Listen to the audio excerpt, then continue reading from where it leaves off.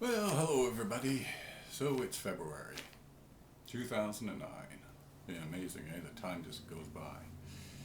Anyway, this month's alumni online program, I'm gonna get back to one of my favorite themes about addiction and recovery and trying to get some depth psychology, as we call it, give you a deeper understanding of it. Because so often I read, this is like Time magazine, right? And it's the title here right on the front page, How We Get Addicted, right? And I open it up and I'm looking at, there's a picture of the brain here, right? And here's brain scans. Brain scans are very big now. Can't seem to get a magazine or newspaper or watch the TV without someone talking about the brain scans, right? So here's the normal brain. Oh, obviously this cocaine addict is really screwed up, right? And it has little pictures telling me exactly what the drugs are doing. And I don't know, reading this thing, I start getting the idea that I'm just a chemical robot. And I'm never a big fan of that idea. Not that drugs don't have an effect on the brain, don't get me wrong on that. But trying to reduce it down to a bunch of chemicals floating around in the brain is, I never really bought into that. Anyway, I thought for this month, what I do is start looking at some famous movies about addiction and recovery. And the famous movies that I'm talking about are going to be Leaving Las Vegas, Under the Volcano, Hurly Burly, and Barfly. And I like these movies because they don't take a typical Hollywood simplistic attitude towards addiction. Something like we would watch in 28 Days by Sandra Bullock. Now these are thoughtful movies and they give us some depth to what's going on with these addicts. Well, as much depth as Hollywood's going to give us, but anyway, we've got to deal with what we got. And each of these movies is really fascinating because they all highlight the idea that addiction is deep, that there's something very profound going on there. If you remember, if you heard me talk, you've heard about Viktor Frankl, right? And Frankl always said that addiction was one response to living this meaningless life.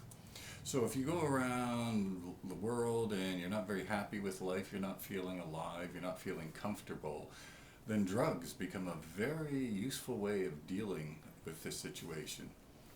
Or if you're not into psychology, you're into the 12-step program, don't forget that Bill Wilson said in 1943 at the Shrine Auditorium in LA, he made the comment that the alcoholic was a fellow who was trying to get his religion out of a bottle instead of doing what he really wanted, which was finding unity within himself and unity with God.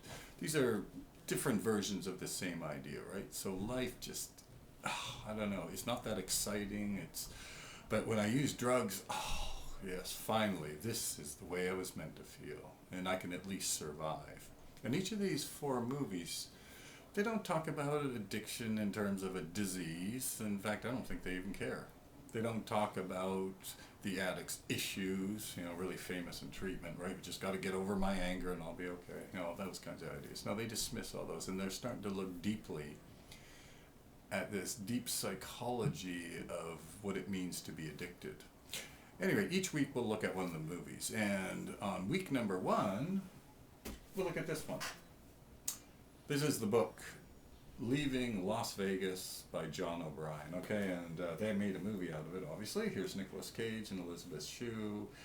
He's the main character, Ben, and this is the woman he meets, Sarah. And this is a fascinating book and a fascinating movie, too.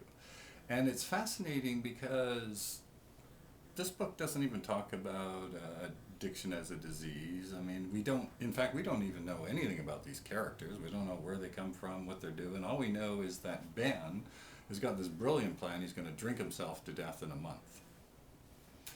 And he's going to do this in Las Vegas. Las Vegas, of course, is famous for its superficiality, right? Finding love in a bar, right? Winning the big lottery, and then, everything will be okay, all that. Which John O'Brien, the author, knew was a load of nonsense. And O'Brien, by the way, was a really good card-carrying alcoholic. In fact, the interesting thing about O'Brien is he drank himself to death 2 weeks after he signed over the rights to this book to make a movie. So, I mean, he was going to be filthy rich, he was going to be famous, and yet he decided to kill himself. Yeah, weird, eh? But the movie and the book, they're actually a love story, and this is what O'Brien is telling us and what the film is telling us, that we need to care for each other. And even people like Sarah's a prostitute and this guy, Ben, he's just sort of down on us. Like, they're both rejects from society. But the point of this book that O'Brien is making is that we're trying to care for each other. And that point is made really well in the movie. But I always wonder, what happened to poor old John O'Brien? And what happened to poor old Ben, who dies at the end of this book? At the end of this little plan, he's got to drink himself to death. And I keep thinking, maybe he forgot one of Frankel's big things, is that this concept of being willing to fight for a better life. And I get the feeling that, Ben just doesn't have that. He's sort of resigned himself, he's given up. And he said, look, we got to love each other, but he's not willing himself to fight. And he knows he could fall in love with Sarah and they could go off and live a great life.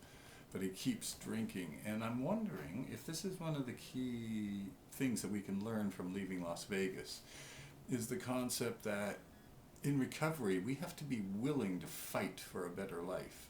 And that means if I'm willing to do that, I have to believe that I am actually important. And that kind of sentiment isn't very common in our society today. Even last month we talked about conformity. And it's that idea of conformity that is just, it takes away the human being, right? So I'm willing to give up who I am as a person in order to conform to what someone else says. And maybe O'Brien's making the same comment. Maybe just don't think I'm worth it to fight. Maybe, why would I go through all this exercise? I don't believe I'm a good person. And yet a fundamental thing for each human being, according to Viktor Frankl, was that if you want to go on and live a happy life, then you better start thinking that you are actually an important human being. Anyway, again, we wrote it up on the online program, and there are 3 questions there. If you're interested, write it in, send them off to Darren. And at any rate, we'll talk to you next week.